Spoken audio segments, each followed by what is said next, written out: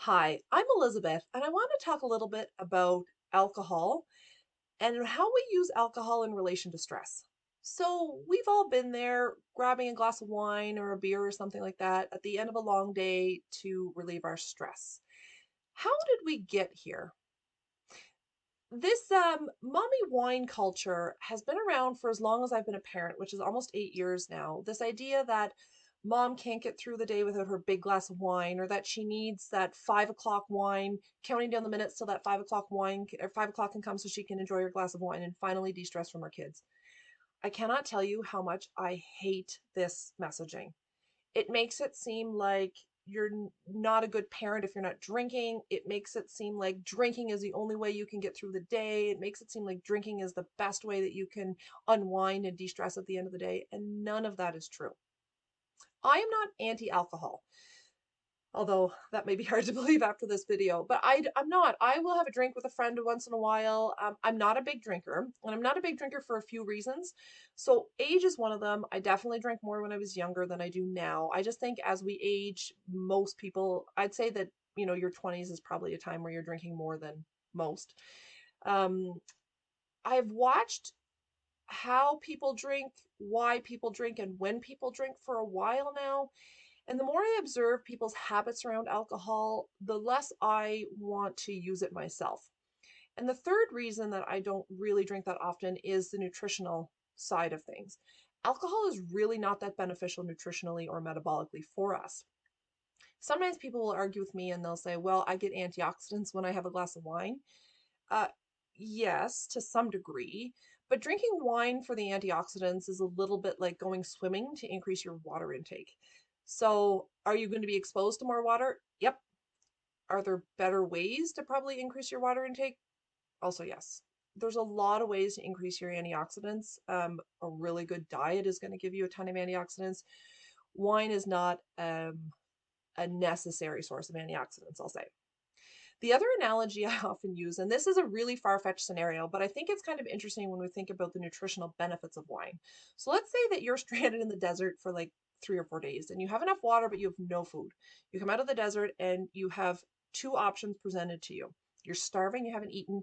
You either have a Big Mac from McDonald's or a glass of wine. Which one do you choose? I'm going for the Big Mac. And the reason for that is I am not a fan of McDonald's. McDonald's food is not great quality. However, after 3 days in the desert, a Big Mac is going to give me some protein, some fat, and some carbs. Not the healthiest version of any of those, don't get me wrong, but I'm at least going to get some fuel for my body to recover from my 3 day starvation. As opposed to the glass of wine, which is going to get me almost nowhere. There are a few calories in that that will burn off really quickly.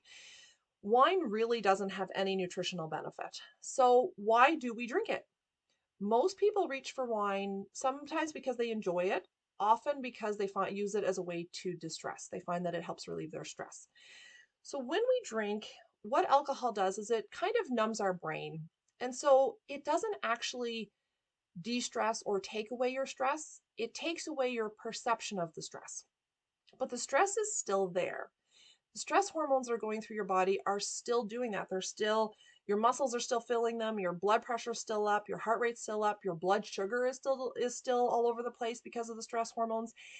And the alcohol is also going to kind of throw your blood sugar into whack, out of whack. So the stress responses are still there. It's just that we don't notice them as much because we've kind of numbed ourselves out. We are not a society that has been taught how to deal with stress at all. We see stress as something that we don't really want to think about. Stress often comes with a lot of emotion.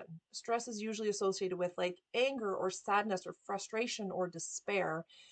And all of those emotions for us as a society are scary. We don't like watching people experience emotion. We don't like experiencing emotion ourselves. We don't like showing our emotions.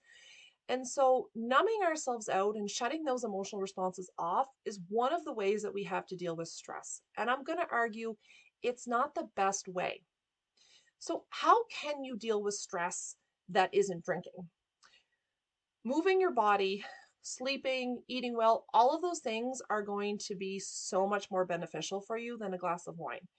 So, You can go for a run, go for a walk. Anything outside is going to be amazing. Just sitting outside and breathing in some fresh air will help to eliminate your stress levels. Something physical will really help get your body get rid of those stress hormones in your body. So honestly, screaming into a pillow, punching a pillow, take your whole family outside and have a screaming contest and see who can scream the loudest. I guarantee if you do that for a while, it's going to turn into a laughing fit. A really good cry can help reduce your stress levels too. All of those physical things can be really important to lower those stress hormones. We also need to recognize our emotions and experience them. Being sad, being frustrated, being angry, those are all totally normal emotions.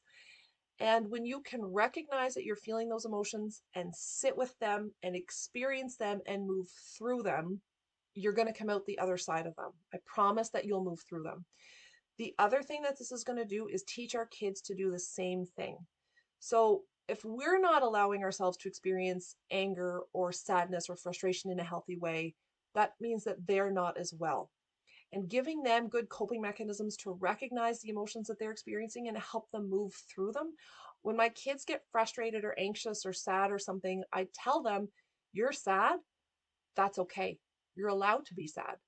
And I've noticed that since I've been naming their emotions for them and kind of helping recognize them, they move through those emotions so much smoother and faster. They're like, oh, okay, I am sad. All right, great. And then they're over it, right? It's not about shoveling it under the carpet. It's about living with it and experiencing it and moving through it.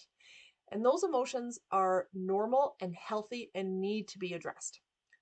Covering them up with wine is not going to do the trick. If you enjoy a glass of wine, the taste, the feeling, whatever, I know lots of people who love getting together to have a drink with friends. That's totally okay. What I'm suggesting is that you recognize why and when you're going to drink alcohol and use it in a way that's not to relieve stress.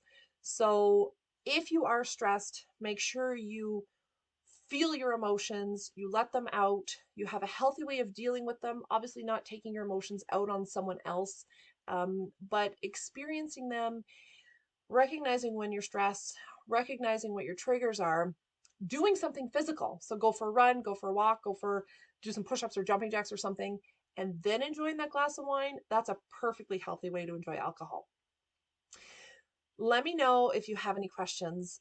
Alcohol can be a really tricky topic, and for me to just say like deal with your stress in a different way is a big statement. So if you need help kind of navigating this, please reach out. I'm happy to help. I've walked a lot of people through this, and I wish you all the best.